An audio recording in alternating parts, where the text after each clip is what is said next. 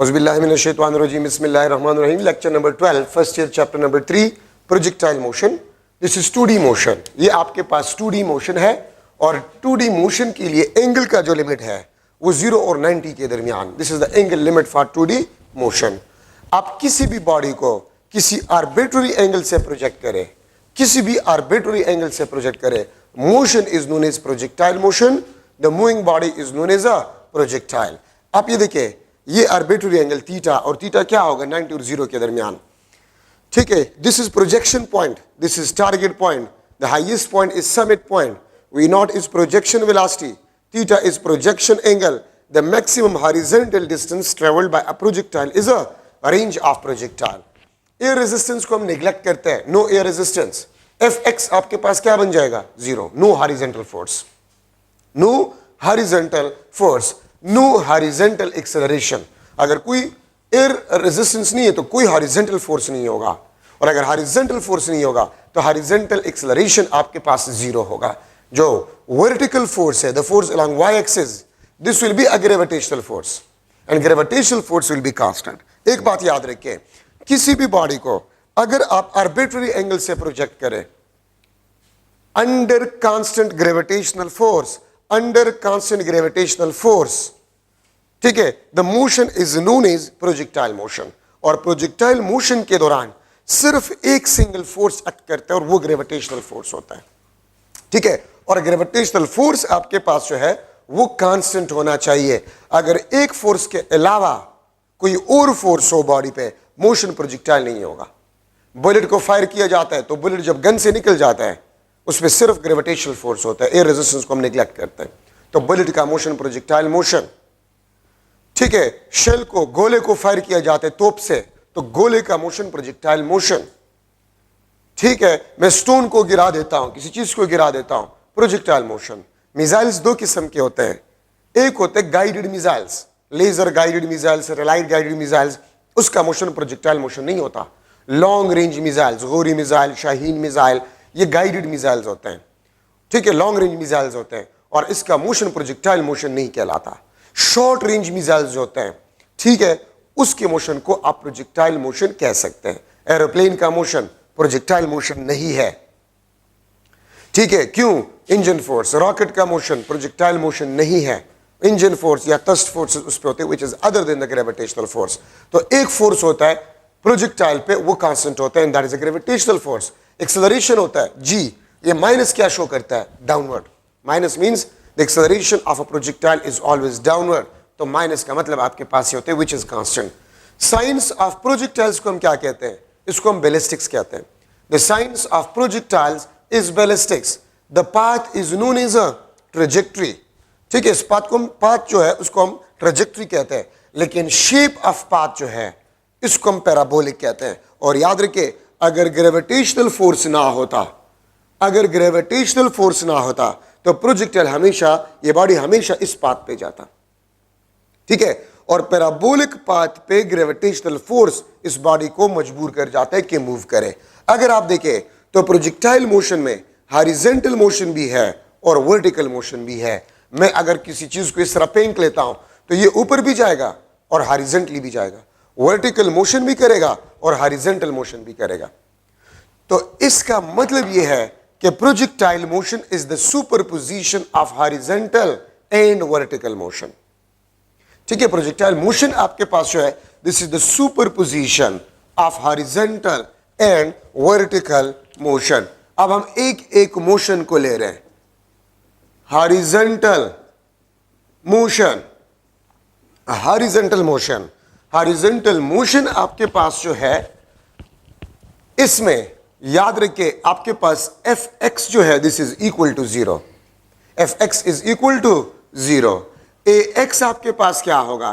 This will be equal to 0. और अगर Ax 0 होगा तो इसका मतलब आपके पास होगा कि Vx will be equal to constant. No horizontal force, no horizontal acceleration. V naught x आपके पास जो है this is equal to V naught cos theta. V naught x आपके पास जो this is equal to V naught cos theta. ठीक है, so this is the horizontal component of velocity at the point of projection. अगर मैं कह दूं theta is the angle with vertical axis, theta is the angle with vertical axis, तो फिर v naught x आपके पास वी नॉट साइन थीटा होगा।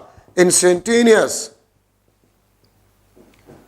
Horizontal distance travel, ठीक है, इंस्टेंटेनियस हॉरिजेंटल, बल्कि मैं हॉरिजेंटल कंपोनेंट ऑफ वेलोसिटी पहले लिख लूंगा, कंपोनेंट ऑफ वेलोसिटी, ठीक है, instantaneous horizontal component of velocity, V X is equal to we naught X is equal to we naught cos theta and it is constant.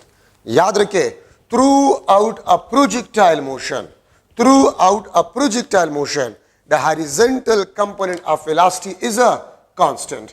ये अगर आपके पास projectile motion है, this is a projectile motion, ठीक है, ये आपके पास V X V naught X, ये आपके पास वी एक्स, ये आपके पास वी एक्स, ये आपके पास वी एक्स, ये आपके पास वी एक्स। तो याद रखिए, throughout a projectile motion the horizontal component of velocity is constant। Point of projection से लेकर पॉइंट ऑफ टारगेट तक हॉरिजॉन्टल कंपोनेंट ऑफ वेलोसिटी का मैग्नीट्यूड भी कांस्टेंट होता है और डायरेक्शन भी कांस्टेंट होता है, ठीक है, ये बात याद रखिए। Through out a projectile motion horizontal component of velocity का मैग्नीट्यूड भी कांस्टेंट होता है और डायरेक्शन भी कांस्टेंट होता है, ठीक है, ये बात याद रखें। तो देखिए, अगर मैं कह दूं मैं एक बॉडी को फेंक रहा हूं, पॉइंट ऑफ प्रोजेक्शन पे अगर horizontal component of velocity 2 metre पर सेकंड हो, तो समिट पॉइंट पे हॉरिजॉन्टल कंपोनेंट ऑफ वेलोसिटी क्या होगा, 2 मीटर पर सेकंड, ठीक है। प्रोजेक्शन पॉइंट पे, टारगेट पॉइंट पे आपके पास हॉरिजॉन्टल कंपोनेंट ऑफ वेलोसिटी क्या होगा, 2 मीटर पर सेकंड। 1 सेकंड बाद क्या होगा, 2 मीटर पर सेकंड। तो horizontal component of velocity is constant through out a projectile motion. Instantaneous horizontal distance traveled, instantaneous horizontal distance traveled by a projectile x is equal to vxt, या इसको मैं लिख सकता हूं v naught cos theta into t। सो अगर horizontal component of velocity given हो और instantaneous time आपको गिवन हो, तो आप इंस्टेंटेनियस हॉरिजॉन्टल डिस्टेंस ट्रेवल्ड को मालूम कर सकते हैं।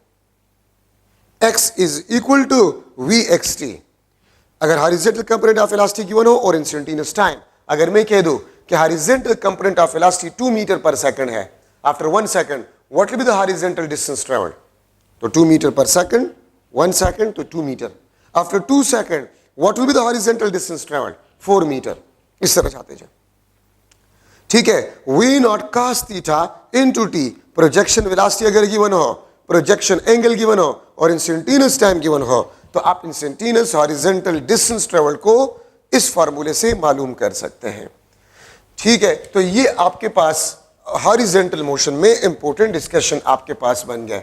अब अगर मैं लूं वर्टिकल मोशन, अगर मैं लूं वर्टिकल मोशन, तो याद रखिए एफ वाई आपके पास होगा, it will be F G and remember it will be constant. Gravitational force आपके पास वर्टिकल फोर्स होगा and it will be constant, and this is the only force on a projectile, this is the only force और single force on a projectile, ठीक है। A Y आपके पास होगा, this will be equal to minus G, और V Y आपके पास होगा if the vertical motion is accelerated, तो आपके पास vertical component of velocity variable velocity आपके पास होगा। F Y is equal to F G is equal to constant, A Y is equal to minus G, V Y आपके पास है, this is a variable, ठीक है। वर्टिकल मोशन को अगर हम डिस्कस कर रहे हैं, तो v naught y the vertical component of velocity at the point of projection, this is equal to we naught sine theta, ठीक है। अगर प्रोजेक्शन एंगल हो, प्रोजेक्शन वेलोसिटी हो, तो आप vertical component of velocity at point of projection इस फार्मूले से मालूम कर सकते हैं। If theta is the angle with vertical axis, तो फिर v naught why we naught cos theta आपके पास होगा, ठीक है। Instantaneous vertical component of velocity, instantaneous vertical component of velocity, तो V Y we naught Y minus G T, या इसको मैं लिख सकता हूं V naught sine theta minus G T. ठीक है, तो ये आपके पास instantaneous vertical component of velocity है, और प्रोजेक्शन पॉइंट पे वेलोसिटी से आप जीटी को सब्ट्रैक्ट करें, ये आपको instantaneous vertical component of velocity देगा। So V Y is equal to we naught Y minus G T. तो इसका मतलब आपके पास ये होता है कि vertical component of velocity will be decreases. ठीक है, मैं यहां पर अगर बना लूं, ठीक है, तो मैं इस तरह इसको बना सकता हूं, ये आपके पास instantaneous vertical component of velocity V naught Y, V Y summit point पे वी वाई आपके पास क्या है, zero. After summit point V Y is downward, ये आपके पास वी नॉट वाई।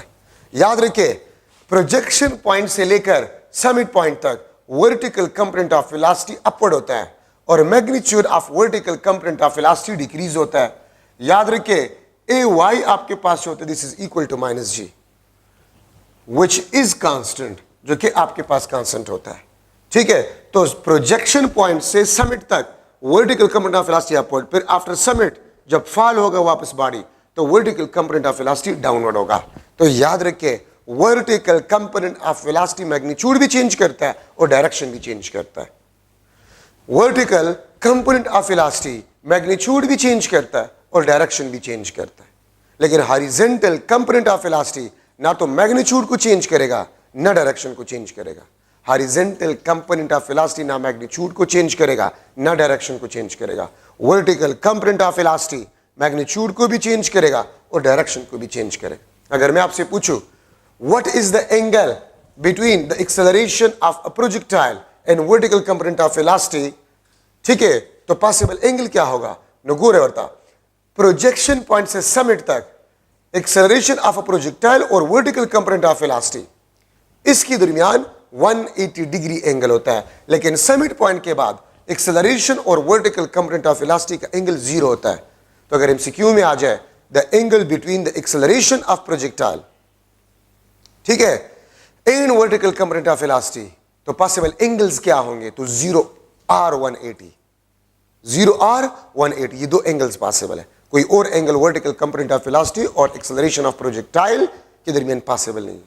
और acceleration of a projectile and horizontal component of velocity is perpendicular, always perpendicular. Horizontal component of velocity and acceleration of a projectile, this is always perpendicular. ठीक है, Vx और Vy हमेशा perpendicular। Summit point पे vertical component of velocity क्या होता है, zero.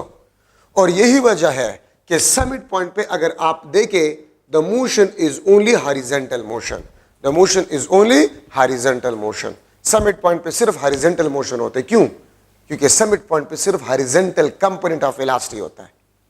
एक बात याद रखिए, वर्टिकल कंपोनेंट ऑफ वेलोसिटी का काम होता है प्रोजेक्टाइल को वर्टिकली ऊपर ले जाना, और हॉरिजॉन्टल कंपोनेंट ऑफ वेलोसिटी का काम होता है प्रोजेक्टाइल को हॉरिजॉन्टली ले जाना। तो समिट पॉइंट पे तो वर्टिकल जीरो बन जाता है, हॉरिजॉन्टल नॉन जीरो।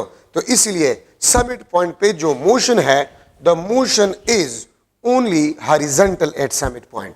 ठीक है, अच्छा, अब अगर मैं इंस्टेंटेनियस वर्टिकल डिस्टेंस या हाइट ऑफ प्रोजेक्टाइल, वो आपके पास क्या होगा, तो y is equal to we naught Y T minus half G T square. ये आपके पास इंस्टेंटेनियस हाइट फॉल है, या V naught sine theta T minus half G T square, ये आपके पास instantaneous height of a projectile है। अगर प्रोजेक्शन वेलोसिटी गिवन हो, प्रोजेक्शन एंगल गिवन हो और इंस्टेंटेनियस टाइम गिवन हो, तो आप इंस्टेंटेनियस हाइट को मालूम कर सकते हैं इस इक्वेशन से।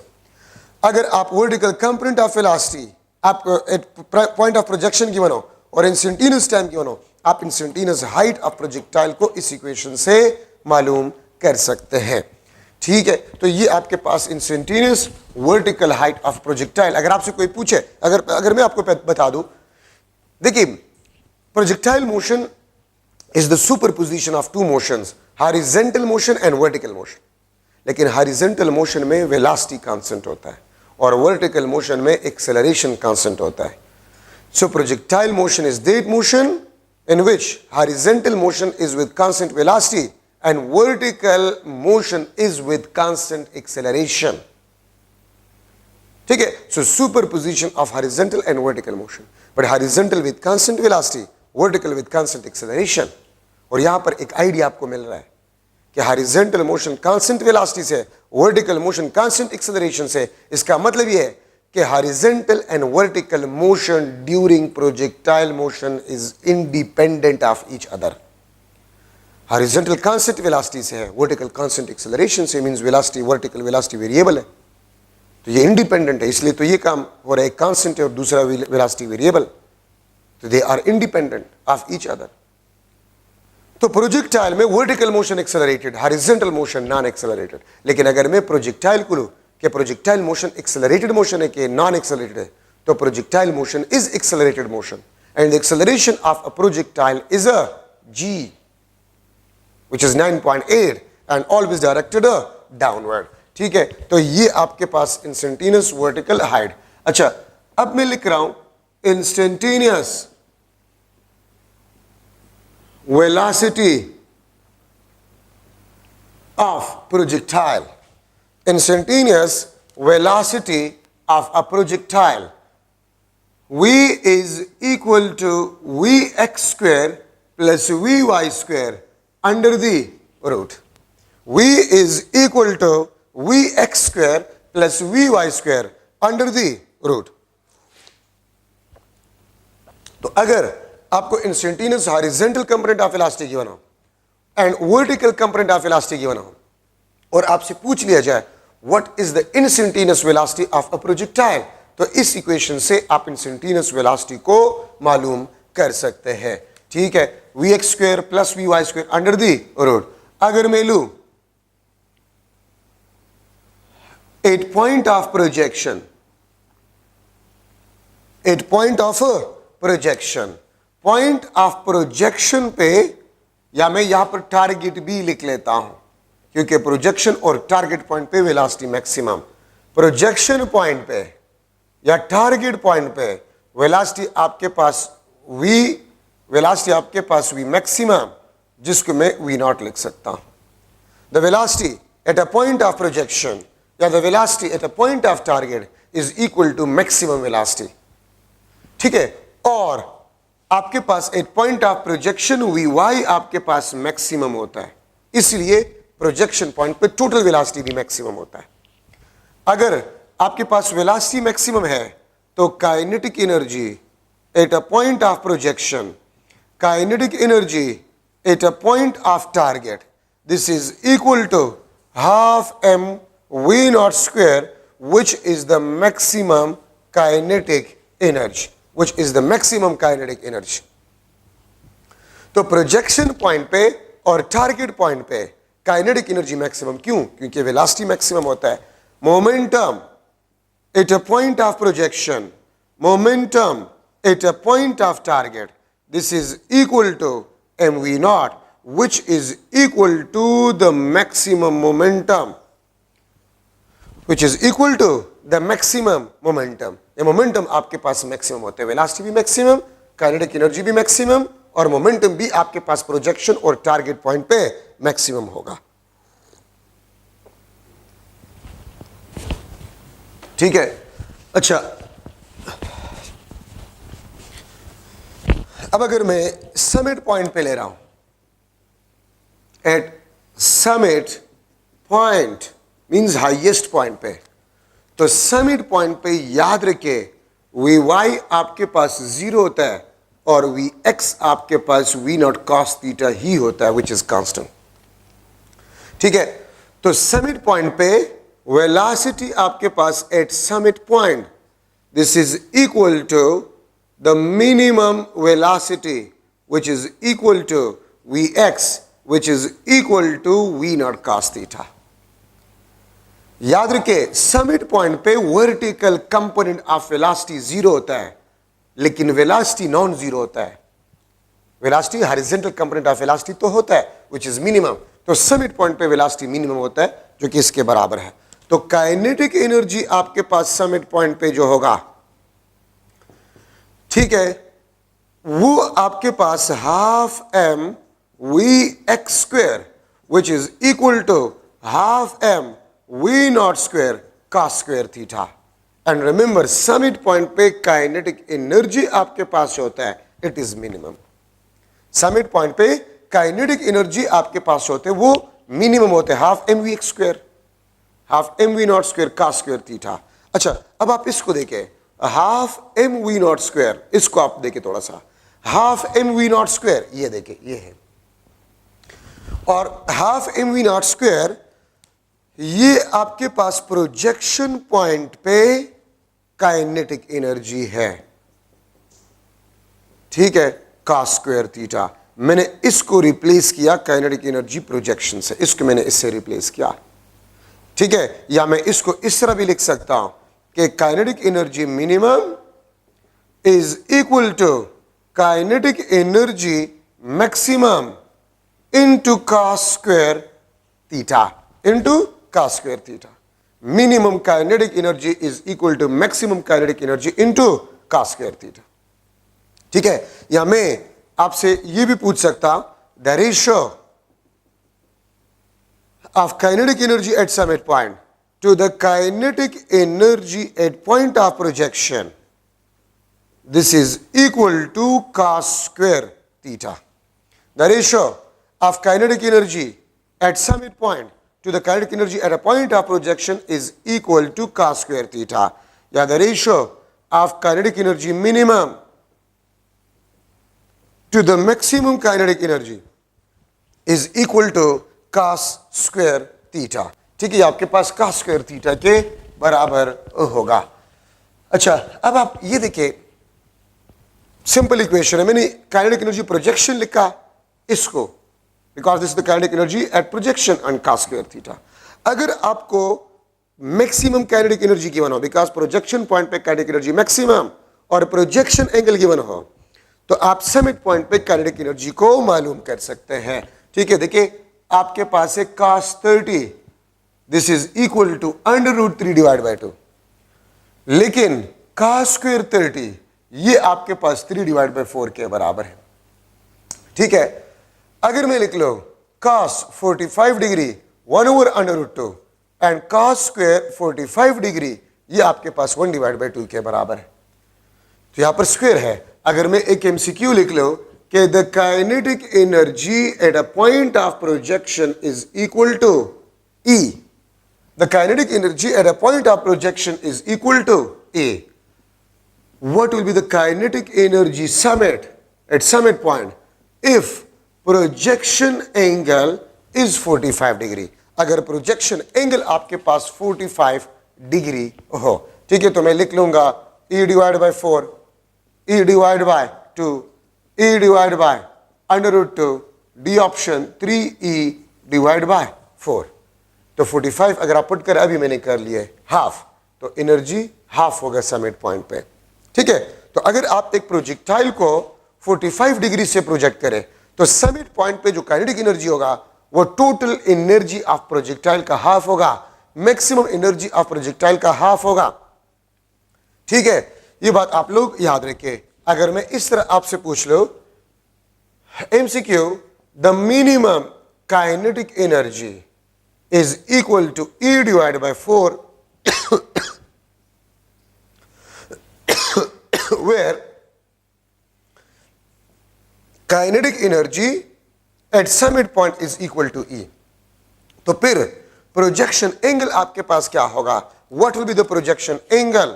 ए ऑप्शन में लिख लेता हूं 30 डिग्री, 45 डिग्री, 60 डिग्री, और डी ऑप्शन आपके पास जो है दैट इज 75 डिग्री. तो वो कौन सा एंगल है जिसपे cos स्क्वायर थीटा आपको 1/4 वैल्यू देते हैं? तो 60. ठीक है, वो किस चीज के बराबर है? 60 के बराबर. अगर आप इसी को पुट कर ले इस फार्मूले में, ठीक है, मिनिमम काइनेटिक एनर्जी E/4, यहां पर E/4 पुट कर, यहां पर E कैंसिल 1/4, तो cos स्क्वायर थीटा किस एंगल पे आपको 1/4 देता है? 60 डिग्री पे. तो प्रोजेक्शन एंगल प्रोजेक्टाइल का वो 60 डिग्री आपके पास होगा. ठीक है, तो ये आपके पास kinetic energy at summit and kinetic energy at a point of projection.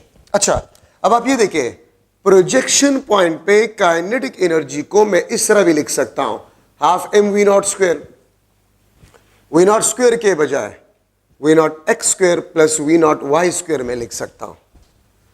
तो प्रोजेक्शन पॉइंट पे kinetic energy half M we naught X square plus half M we naught Y square. ठीक है, ये आपके पास kinetic energy along X axis है and this is the kinetic energy along Y axis. ठीक है, अगर आप लोग देखें तो समिट पॉइंट पे kinetic energy half M we naught X square होता है which is equal to half M we naught square का स्क्वायर थीटा। तो देखिए अब इस समिट पॉइंट पे सिर्फ ये टर्म है, ये टर्म आपके पास नहीं है, ये टर्म आपके पास नहीं है। तो इसका मतलब ये है कि this much energy is lost. तो kinetic energy why it is lost and this will be equal to potential energy gain which is the potential energy at summit point. और इसको मैं लिख सकता हूं half M V Y square half M we naught square sine square theta. तो याद रखें potential energy at summit point is equal to half m v naught square sin square theta और half m v naught square इसको मैं replace कर सकता हूं kinetic energy at a point of projection into sin square theta into sin square theta। ठीक है, तो ये आपके पास potential energy at summit point. और मैं इस तरह भी लिख सकता हूं समिट पॉइंट पे हाइट मैक्सिमम है तो पोटेंशियल एनर्जी समिट पॉइंट पे मैक्सिमम होगा, प्रोजेक्शन पॉइंट पे काइनेटिक एनर्जी मैक्सिमम होगा इनटू साइन स्क्वायर थीटा। और मैं लिख सकता कि the ratio of potential energy at summit point to the kinetic energy at a point of projection, तो पॉइंट ऑफ प्रोजेक्शन। ठीक है, और मैं इसको इस तरह भी लिख सकता हूं maximum potential energy to the maximum kinetic energy, this is equal to sine square theta.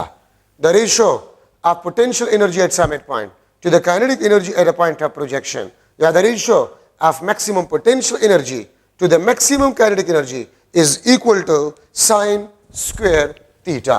ये आपके पास sine square theta के बराबर होगा। ठीक है, मैं इस तरह भी आपको लिख सकता हूं, मैं इस तरह भी लिख सकता हूं the ratio of potential energy at summit to the kinetic energy at summit. तो potential energy at summit point half M we naught square sine square theta और काइनेटिक एनर्जी समिट पे half M we naught square cos square theta, this is cancel. तो potential energy at summit point to the kinetic energy at summit point, this is equal to sine square theta divided by cos square theta and this is equal to tangent square theta। ये आपके पास tangent square theta के बराबर आपके पास होगा। ठीक है, so these are some important discussion। मैं यहां पर भी लिख सकता हूं, अगर मैं लिख लो momentum at summit point, ये आपके पास mvx होगा या ये आपके पास mv naught cos theta होगा।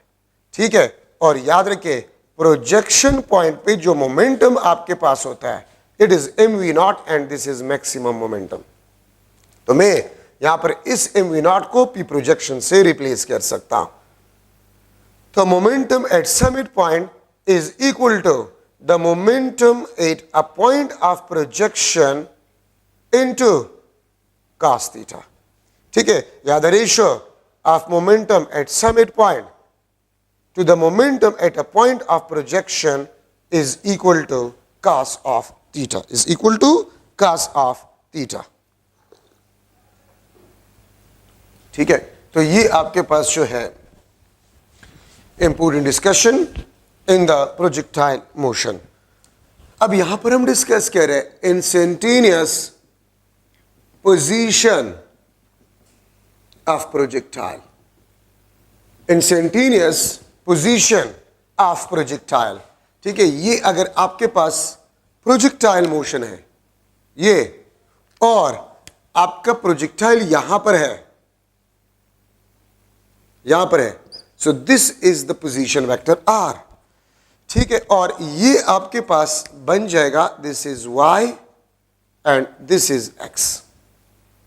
ठीक है, तो मैं लिख सकता हूं r is equal to X I plus Y J. ये r किस चीज को शो करता है? ये पोजीशन वेक्टर है, always drawn from the origin, जो कि पोजीशन ऑफ प्रोजेक्टाइल के बारे में आपको बताता है। ठीक है, अगर मैं आपसे पूछूं how far projectile from point of projection, तो ये आपके पास होगा आर वेक्टर का मैग्नीट्यूड निकाल लें, X square plus Y square under the root. R का magnitude is equal to under the root of X square plus Y square. तो अगर इंस्टेंटेनियस हॉरिजॉन्टल डिस्टेंस आपको गिवन हो, ये आपके पास V X T whole square, ये आपके पास V naught Y T minus half G T square into square root, ये आपके पास basically instantaneous position of a projectile बन जाएगा। तो अगर instantaneous horizontal distance travel given हो, अगर मैं लूं ये 3 मीटर है, ये 4 मीटर है, 4 मीटर ये 3 मीटर, तो how far the projectile from the point of projection? तो 4 square plus 3 square under root is equal to 5 metre.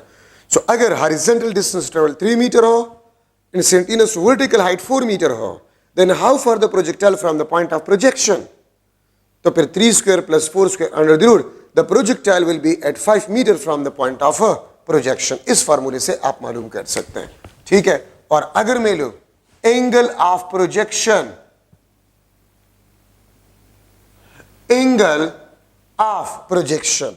तो एंगल ऑफ प्रोजेक्शन आपके पास tangent theta y divide by x, या थीटा आपके पास हो this is equal to tan inverse y divide by x। Theta is equal to tan inverse y divide by x। इससे आप प्रोजेक्शन एंगल को मालूम कर सकते हैं। Theta is equal to tan inverse y divide by x। ठीक है, तो ये आप इंपॉर्टेंट जो है आप एंगल मालूम कर सकते हैं अगर इंस्टेंटेनियस वर्टिकल हाइट गिवन हो और इंस्टेंटेनियस हॉरिजॉन्टल डिस्टेंस गिवन हो। x का फार्मूला ये भी आप पुट कर सकते हैं, y का फार्मूला ये भी आप पुट कर सकते हैं, ये y ये x। अच्छा, अब यहां पर हम डिस्कस कर रहे हैं maximum height of projectile, maximum height of projectile. जब प्रोजेक्टाइल समिट पॉइंट पे होता है तो हाइट मैक्सिमम होता है। ठीक है, और मैक्सिमम हाइट का formula v naught y square divide by 2g v naught square sine square theta divide by 2g। This is the maximum height of a projectile. और यहां पर आप देख सकते हैं maximum height directly proportional to we naught y square, या यहां से मैं लिख सकता हूं maximum height is directly proportional to the square of a projection velocity. Maximum height is directly proportional to sine square theta. और यहां से मैं लिख सकता हूं maximum height is inversely proportional to g। अगर एक प्रोजेक्टाइल आप पेशावर में प्रोजेक्ट कर रहे हैं, उसी प्रोजेक्शन वेलोसिटी से प्रोजेक्टाइल को उसी प्रोजेक्शन एंगल के साथ अगर आप मरी में प्रोजेक्ट करें तो मरी में जी का वैल्यू कम होता है, वहां पर प्रोजेक्टाइल का हाइट क्या होगा? ज्यादा होगा। ठीक है, अगर मून पे आप सेम प्रोजेक्शन वेलोसिटी से और सेम प्रोजेक्शन एंगल से प्रोजेक्टाइल को प्रोजेक्ट कर रहे हैं तो आपको पता है कि मून पे जी का वैल्यू 6 टाइम कम है, तो हाइट प्रोजेक्टाइल का मून पे 6 टाइम ज्यादा होगा। ठीक है, अच्छा, time of flight, time of flight, time of flight is the time duration during which projectile is airborne या above the horizontal surface या above the ground। वो टाइम जिसमें प्रोजेक्टाइल ग्राउंड से ऊपर हो या हवा में हो उसको बेसिकली हम टाइम ऑफ फ्लाइट कहते हैं। Time of flight is equal to we naught Y divide by G, या 2v naught sine theta divide by G. This is the equation of time of flight. Time of flight का formula है आपके पास, तो यहां से मैं लिख सकता हूं time of flight is directly proportional to we naught y मैं लिख सकता हूं t is directly proportional to v naught, मैं लिख सकता हूं t is directly proportional to sin theta, यहां से मैं लिख सकता हूं t is inversely proportional to g। ठीक है, सो टाइम ऑफ फ्लाइट आपके पास जो है वो 2v0 sin 2v0 y divide by G या 2v0 sin theta divide by G. This is basically the time of flight, ये टाइम ऑफ फ्लाइट को रिप्रेजेंट करता है। ठीक है, और टाइम ऑफ फ्लाइट को मैंने आपको बता दिया कि टाइम ऑफ फ्लाइट वो टाइम ड्यूरेशन है जिसमें एक प्रोजेक्टाइल आपके पास जो है वो एयरबर्न हो या ग्राउंड से ऊपर हो। मैं इस तरह भी लिख सकता हूं the time when projectile is at summit point। ठीक है, time when projectile is at summit point, तो टोटल टाइम का आप हाफ निकाल लें। ठीक है, ये आपके पास v0 sin theta divide by G. देखिए, प्रोजेक्टाइल समिट पॉइंट तक जितने टाइम में जाता है तो समिट पॉइंट से ग्राउंड तक भी उतने टाइम में वापस आएगा। ठीक है, तो समिट पॉइंट तक जो टाइम होगा वो टाइम ऑफ फ्लाइट का हाफ होगा। और यहां पर हम प्रोजेक्शन वेलोसिटी, अगर प्रोजेक्शन वेलोसिटी को मैं डबल कर जाऊं, projection velocity double, the maximum height will be 4 times. अगर मैं प्रोजेक्शन वेलोसिटी को डबल कर जाऊं, the time of flight will be double. अगर मैं प्रोजेक्शन वेलोसिटी को हाफ कर जाऊं, time of flight will be half. अगर मैं प्रोजेक्शन वेलोसिटी को हाफ कर जाऊं तो टाइम ऑफ फ्लाइट आपके पास जो है वो 4 टाइम डिक्रीज हो जाएगा। ठीक है, इस तरह थीटा के साथ अगर मैं सेम कांस्टेंट प्रोजेक्शन वेलोसिटी से 90 पे प्रोजेक्टाइल को प्रोजेक्ट करूं तो हाइट मैक्सिमम होगा, हाइट ज्यादा होगा तमाम एंगल के मुकाबले में। अब आपके ज़हन में यह आएगा कि प्रोजेक्टाइल मोशन में तो हम 0 और 90 के दरमियान लेते हैं। यस, वो 2D के लिए। 1 डायमेंशनल में अगर डिस्कस करूं मोशन, ये भी प्रोजेक्टाइल मोशन है, आप इसको कह सकते हैं, लेकिन हम इसको 1 डायमेंशनल कहेंगे। ठीक है, ये बात आप लोग याद रखें। तो अगर आप थीटा को चेंज करें तो याद रखें प्रोजेक्शन वेलोसिटी से आप डिफरेंट एंगल पे इसको प्रोजेक्ट कर रहे हैं, लेकिन अगर 90 पे करेंगे तो हाइट भी ज्यादा होगा और टाइम ऑफ फ्लाइट भी ज्यादा। अगर मरी में आप प्रोजेक्टाइल को प्रोजेक्ट करें तो पेशावर के मुकाबले में मरी में हाइट ज्यादा भी होगा और टाइम ऑफ फ्लाइट भी आपके पास क्या होगा, ज्यादा होगा पेशावर के मुकाबले में।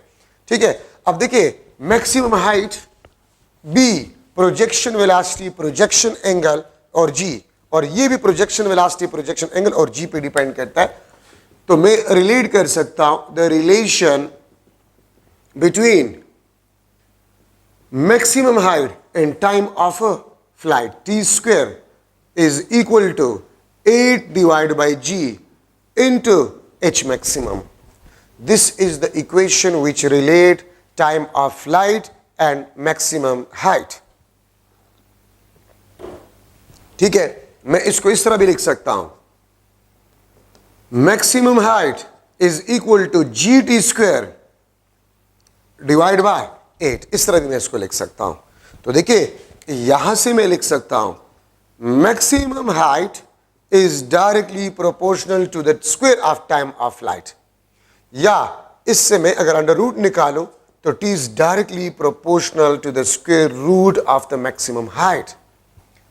अगर मैं प्रोजेक्शन वेलोसिटी को चेंज कर जाऊं, अगर आपको एमसीक्यू में बताया जाए if I change the projection velocity the time of flight becomes double, the time of flight becomes double, what will be the maximum height, तो डबल स्क्वायर करे 4, मैक्सिमम हाइट 4 टाइम बन जाएगा।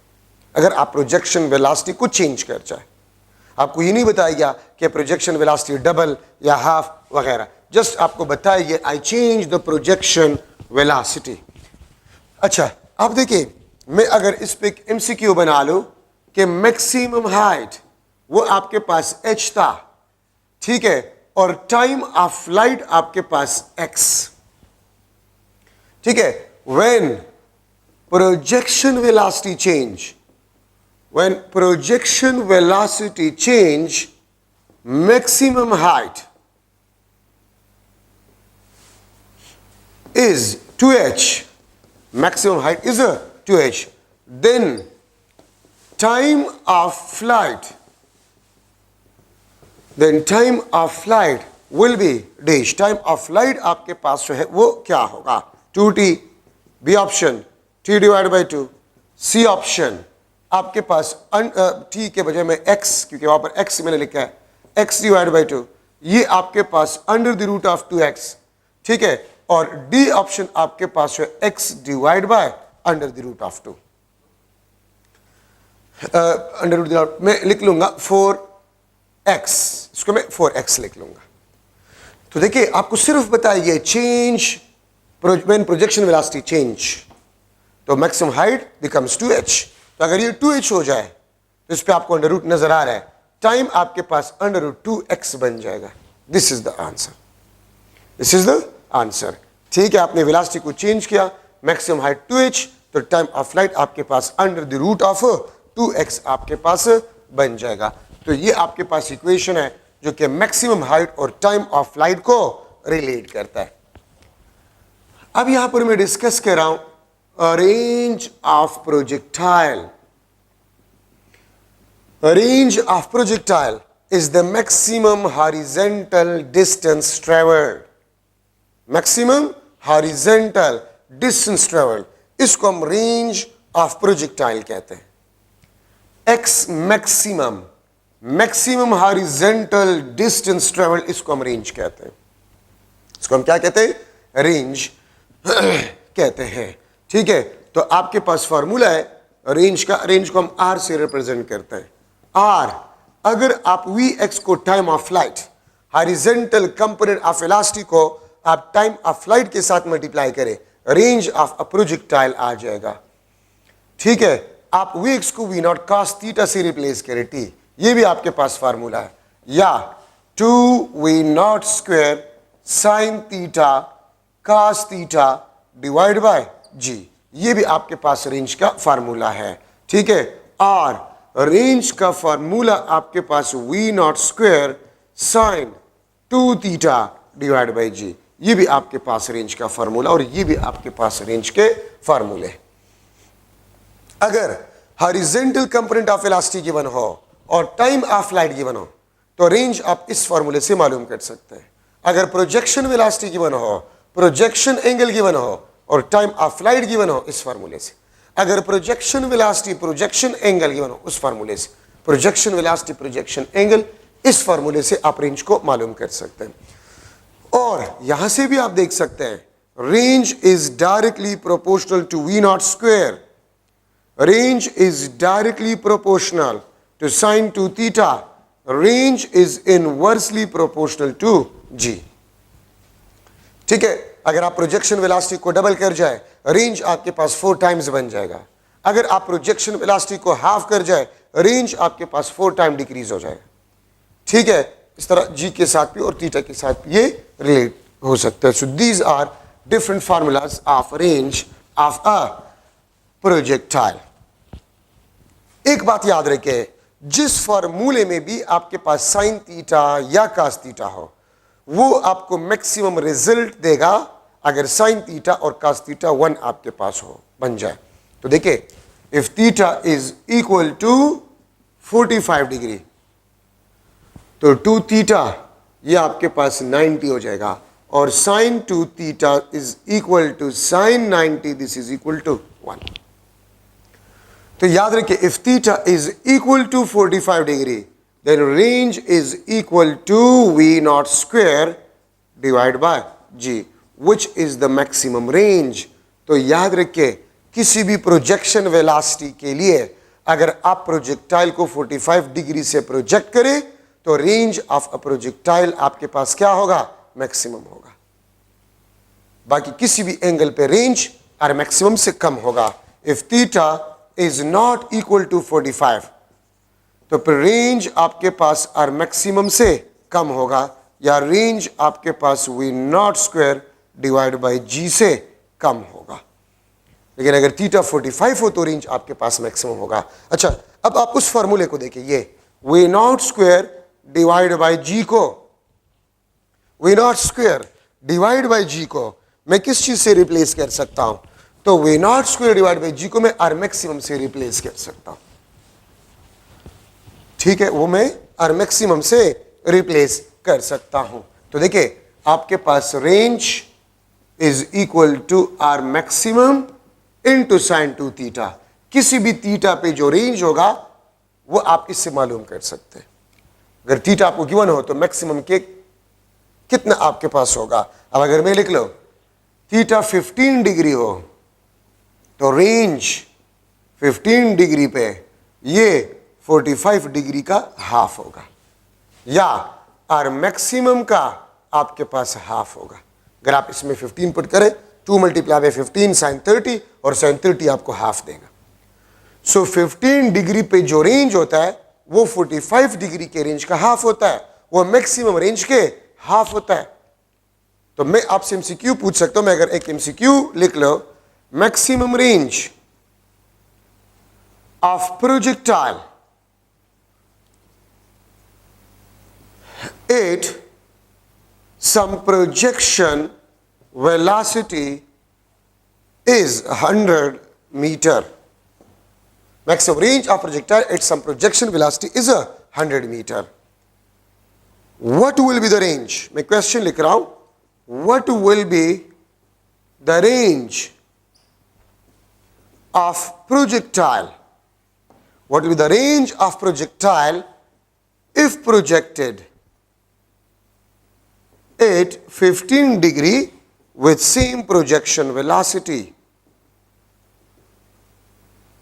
With same projection velocity. ठीक है, तो फिर आपके पास रेंज क्या होगा? 200 metre, 400 metre, 50 metre. D option आपके पास जो है 10 मीटर। देखिए 15 डिग्री पे अगर आप प्रोजेक्ट करें तो मैक्सिमम का हाफ, और आपको बताइए कि मैक्सिमम रेंज था 100 मीटर, तो 100 को आप हाफ करें 50 मीटर आपके पास आंसर होगा। तो 15 डिग्री पे जो रेंज होता है वो मैक्सिमम का हाफ होता है। तो 10 डिग्री पे क्या होगा, 30 डिग्री पे क्या होगा, मैक्सिमम का 60 डिग्री पे क्या होगा, वो आप इसे मालूम कर सकते हैं। अगर मैं एक दूसरा एग्जांपल लिखूं, थीटा आपके पास 30 डिग्री हो तो 2 थीटा 60 एंड साइन 60, वो आपके पास किस चीज के बराबर होता है? Under the root of 3 divide by 2। तो 30 डिग्री पे जो रेंज होता है वो under the root of 3 divide by 2 R maximum होता है। तो इस फॉर्मूले से किसी भी थीटा पे मैक्सिमम रेंज से आप इसको कंपेयर कर सकते हैं। ठीक है, याद रखें अगर आपके पास sum of angles theta 1 plus theta 2 is equal to 90, तो इन एंगल्स को कंप्लीमेंट्री एंगल्स कहा जाता है जिसका सम 90 हो। ठीक है, तो जिन दो एंगल्स का सम 90 हो तो उस पे रेंज आपके पास क्या होगा? सेम होगा। ठीक है, the sum of angle is if 90, those angles are known as complementary angles. और याद रखिए कंप्लीमेंट्री एंगल्स पे रेंज आपके पास सेम होता है।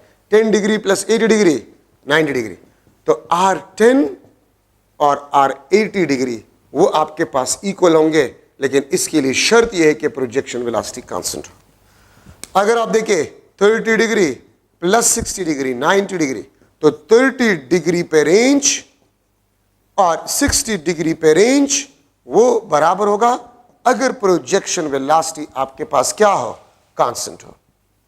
ठीक है, तो इसको हम बेसिकली कंप्लीमेंट्री एंगल्स कहते हैं। ठीक है, तो कंप्लीमेंट्री एंगल्स पे range of a projectile same if the projection velocity is kept constant, अगर प्रोजेक्शन वेलोसिटी आपके पास कांस्टेंट हो। अगर एमसीक्यू में कहीं पर आप ये देखें hits target, a bullet hits target, a shell hits target, और आपको एंगल गिवन ना हो, if angle is not given so theta आपने 45 डिग्री लेना होगा। थीटा आपने 45 डिग्री लेना होगा। ठीक है, ये बात याद रखिए। अगर हिट्स टारगेट आ जाए, short range missile is fire and it hits a target, a bullet is fire and it hits a target, तो थीटा फिर आपने 45 डिग्री लेना होगा। और फार्मूला आपके पास V0 square divide by G, और अगर आप प्रोजेक्शन वेलोसिटी मालूम करना चाहते हैं तो under root of RG। A shell is fire and it hits a target, it hits a target where the target is 1 kilometer away, then what will be the projection velocity of the shell? तो projection velocity shell target कितना दूर था? 1 kilometre. यहां पर put करें 1 kilometre means 1000 metre. जी 10,000 under root निकाले तो 100 आपके पास प्रोजेक्शन वेलोसिटी आ जाएगी. प्रोजेक्शन वेलोसिटी आ जाएगी. अगर मैं आपको ये कह दूं कि 10 मीटर पर सेकंड से बुलेट को फायर किया गया and it hits a target, then what will be the how far the target will be from the point of projection. तो रेंज आपने मालूम करना है बाय यूजिंग दिस फार्मूला. इस फार्मूले से आपने रेंज को मालूम करना होगा. तो एमसीक्यू में अगर आपके पास आ जाए हिट्स अ टारगेट तो थीटा पर आपने 45 डिग्री लेना होगा. अच्छा, अब अगर आपके पास थीटा 45 डिग्री हो, if theta is equal to 45 degree, तो फिर रेंज ऑफ अ प्रोजेक्टाइल वो 4h के बराबर होगा. ठीक है, ये आपके पास 4h के बराबर होगा. इफ अब देखिए theta is equal to 45 degree, मैं 45 डिग्री पे प्रोजेक्टाइल को प्रोजेक्ट करता हूं and the maximum height is 10 metre. What will be the range of projectile? तो 10 मल्टीप्लाई बाय 4 40 मीटर उसका रेंज होगा. अगर मैं आपसे ये पूछूं कि मैक्सिमम रेंज ऑफ प्रोजेक्टाइल, जब मैं एक एमसीक्यू बना लूंगा, maximum range of projectile is 400 metre, then what will be height of projectile? ठीक है, हाइट ऑफ प्रोजेक्टाइल आपके पास क्या होगा? A option 800 metre, B option 1600 metre, C option 100 metre और डी ऑप्शन 400 मीटर. तो आप देखिए आपको बताया गया maximum range, it means 45 degree है मैक्सिमम रेंज. अगर आपको एंगल के बारे में ना बताया जाए, मैक्सिमम रेंज ही आपको बता रहे कि थीटा इज 45 डिग्री, तो h आपके पास r डिवाइड बाय 4. ठीक है, तो 400 को 4 पे डिवाइड करें, 100 मीटर आपके पास आंसर आ जाएगा. ठीक है, तो ये आपके पास जो है 45 डिग्री पे रेंज ऑफ अ प्रोजेक्टाइल आपके पास सेम होता है. ठीक है, अच्छा, अब अगर मैं थीटा 76 डिग्री लूं तो याद रखिए रेंज और हाइट आपके पास जो होते हैं वो बराबर होते हैं. और थीटा 76 डिग्री, या इसको मैं tan इनवर्स 4b लिख सकता हूं. एंड tan इनवर्स 4 76 डिग्री, और इस पे आपके पास रेंज और हाइट जो है वो बराबर होता है. बाकी किसी भी एंगल पे आपके पास रेंज और हाइट बराबर नहीं होते. ठीक है, सो रेंज और हाइट बराबर होता है if the projection angle is 76 degree. ठीक है, और 76 डिग्री का मतलब होता है tan इनवर्स 4. tan इनवर्स 4 वो आपको 76 डिग्री जो है वो देता है. ठीक है, अच्छा, अब यहां पर मैं कुछ जनरल डिस्कशन करवा रहा हूं. जनरल डिस्कशन आपके पास ये है कि अगर आपने किसी चीज को शूट करना है तो आपने थोड़ा सा ऊपर निशाना लेना होगा. क्यों? क्योंकि अगर आप थोड़ा सा ऊपर निशाना लेंगे, ये बिल्डिंग है, किसी चीज को आपने हिट करना है, ठीक है, गन के जरिए से, तो आपने थोड़ा सा ऊपर निशाना लेना होगा. तो आप ये देख सकते हैं, ठीक है, इसको हिट करेगा पैराबोलिक पाथ, लिटिल अबव आपने टारगेट लेना होगा निशाने के ऊपर. ठीक है, अगर ये बिल्डिंग है और इस बिल्डिंग से एक बॉडी को मैं नीचे थ्रो कर लेता हूं और दूसरे बॉडी को हॉरिजेंटली थ्रो कर लेता हूं, ये ए ये B, it is horizontally throw. ठीक है, and this is leave to fall downward. ठीक है, इन सेम टाइम में सेम हाइट से हमने एक बॉडी को हॉरिजेंटली प्रोजेक्ट किया और दूसरे को उसी टाइम सेम हाइट से सेम टाइम में डाउनवर्ड फॉल किया. ठीक है, तो क्या दोनों जमीन तक सेम टाइम में पहुंचेंगे? यस, क्योंकि ये भी हाइट फॉल करेगा हाफ GT², ये भी हाइट फॉल करेगा हाफ GT². ठीक है, तो इसलिए सेम टाइम में ये जमीन तक पहुंचेंगे. और मैंने आपको स्टार्ट में बताया था, अब आप में से कुछ स्टूडेंट्स के ज़हन में ये आएगा कि एक को तो हमने हॉरिजेंटली थ्रो किया, वो तो हॉरिजेंटल मोशन भी कह रहा है, और दूसरे को जस्ट लीव डाउनवर्ड, तो फिर क्यों सेम टाइम में पहुंचेंगे? तो मैंने कुछ देर पहले आपको बताया कि horizontal motion and vertical motion are independent of each other. Horizontal motion और वर्टिकल मोशन इंडिपेंडेंट है. अगर ये हॉरिजेंटली मूव कर रहा है और ये नहीं कर रहा तो खैर है ना, वर्टिकल फॉल वर्टिकल फॉल तो ये भी ग्रेविटेशनल फोर्स की वजह से कर रहा है, ये भी ग्रेविटेशनल फोर्स की वजह से कर रहा है। तो इसलिए सेम टाइम में ये जमीन तक पहुंच जाएंगे। अच्छा, अगर मैं लिख लो if projectile is projected horizontally,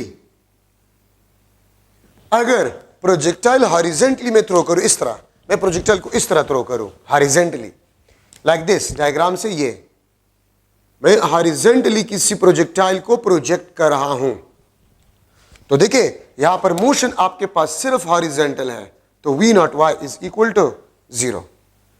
और याद रखिए जिस वेलोसिटी से आप प्रोजेक्ट करें वही आपके पास हॉरिजेंटल कंपोनेंट ऑफ वेलोसिटी होगा, और फिर कुछ देर बाद वर्टिकल कंपोनेंट ऑफ वेलोसिटी भी प्रोड्यूस होना शुरू हो जाएगा। दिस इज vy, ये आपके पास vx। ठीक है, तो मैं किसी भी बॉडी को अगर हॉरिजेंटली प्रोजेक्ट कर रहा हूं तो प्रोजेक्शन वेलोसिटी वही हॉरिजेंटल कंपोनेंट ऑफ वेलोसिटी होगा, और v नॉट y आपके पास क्या होगा, 0। मैं इस मार्कर को 2 मीटर पर सेकंड से हॉरिजेंटली प्रोजेक्ट कर रहा हूं, what will be the horizontal component of velocity, 2 metre पर second. What will be the horizontal component of velocity after 2 second, 2 metre पर सेकंड, क्योंकि हमने पढ़ा है कि throughout a projectile motion horizontal component of velocity is constant. ठीक है, तो प्रोजेक्शन जिस वेलोसिटी से आप इसको फेंकते हैं हॉरिजेंटली वही आपके पास horizontal component of velocity projectile का होगा। जहाज है हॉरिजेंटली मोशन कर रहा है और वो बम को गिरा देता है, वो बम को गिरा देता है। ठीक है, तो बम का जो हॉरिजेंटल कंपोनेंट ऑफ वेलोसिटी होगा वो जहाज का वेलोसिटी होगा, जहाज का जो वेलोसिटी होगा वो बम का हॉरिजेंटल कंपोनेंट ऑफ वेलोसिटी होगा। अगर जहाज का स्पीड 10 मीटर पर सेकंड है और वो बम को गिरा दे तो बम का horizontal component of velocity 10 metre पर सेकंड होगा। ठीक है, आप छत पे दौड़ रहे हैं और जंप लगा रहे छत से, तो जो आपका स्पीड था वही जंप के दौरान आपका हॉरिजेंटल कंपोनेंट ऑफ वेलोसिटी होगा। लेकिन पॉइंट ऑफ प्रोजेक्शन पे vertical component of velocity 0, v naught y 0। हाँ, after some time vertical component of velocity will be produces, हमने ये फार्मूला पढ़ा था ना, v naught y minus gt, तो v नॉट y तो 0 हुआ, तो आपके पास सिर्फ gt रहेगा। तो अगर मैं आपसे पूछूं what will be the velocity at a point of vertical component of velocity at a point of projection, 0. What will be the vertical component of velocity after 1 second, तो 1 second g meter per second, after 1 second vertical component of velocity होगा। What will be the vertical component of velocity after 2 seconds, तो 2g meter per second, 2g means 19.6 meter per second. What will be the vertical component of velocity after 3 seconds, 3g meter per second। ठीक है, अच्छा x आपके पास क्या होगा, वही आपके पास vxt, y आपके पास हाइट फॉल, ये अगर ग्रेविटेशनल फोर्स ना होता, Fg अगर 0 होता तो ये होता, और अगर ये फॉल कौन करवा रहा है, हमने ये फार्मूला पहले भी पढ़ा है, हाफ gt², इसी को ही y कहा जाता है, और y यहां पर आपके पास जो है इसको हम हाइट फॉल कहते हैं। एक बॉडी को मैं 2 मीटर पर सेकंड से हॉरिजेंटली प्रोजेक्ट करता हूं, after 1 second what will the height fall, तो इस फार्मूले से आप हाइट फॉल को मालूम कर सकते हैं। Time of fall 2h divide by g या 2y divide by g under the root, ये आपके पास टाइम ऑफ फॉल। जहाज है और वो 100 मीटर एबाव या 100 किलोमीटर एबाव से बम को गिरा देता है, कितने टाइम में वो जमीन तक पहुंचेगा, तो ये फार्मूला। ठीक है, कितने टाइम में हाइट फॉल होगा, ये फार्मूला। ए वाई आपके पास g, ए वाई आपके पास g, ए x आपके पास जो है दिस इज इक्वल टू 0। तो फिर आप ये फार्मूले इस्तेमाल करेंगे, v naught y 0, v y gt, x आपके पास है this is equal to vxt, y is equal to half gt²। These are the important discussion. ठीक है, अगर मैं आपसे एक MCQ जो है वो लिख लो कि MCQ stone is projected horizontally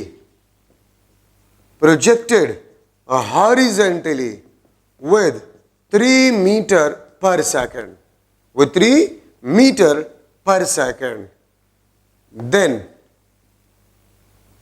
v naught y क्या होगा, ए y क्या होगा, ए x आपके पास क्या होगा।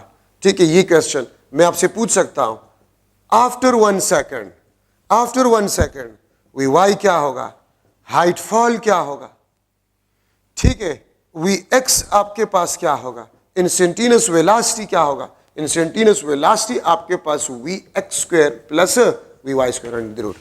तो देखिए वी नॉट वाई क्या होगा, जीरो, ए वाई क्या होगा, जी, अगर माइनस जी है तो फिर आप माइनस जी को प्रेफर करेंगे, नहीं है तो फिर जी, ए एक्स जीरो।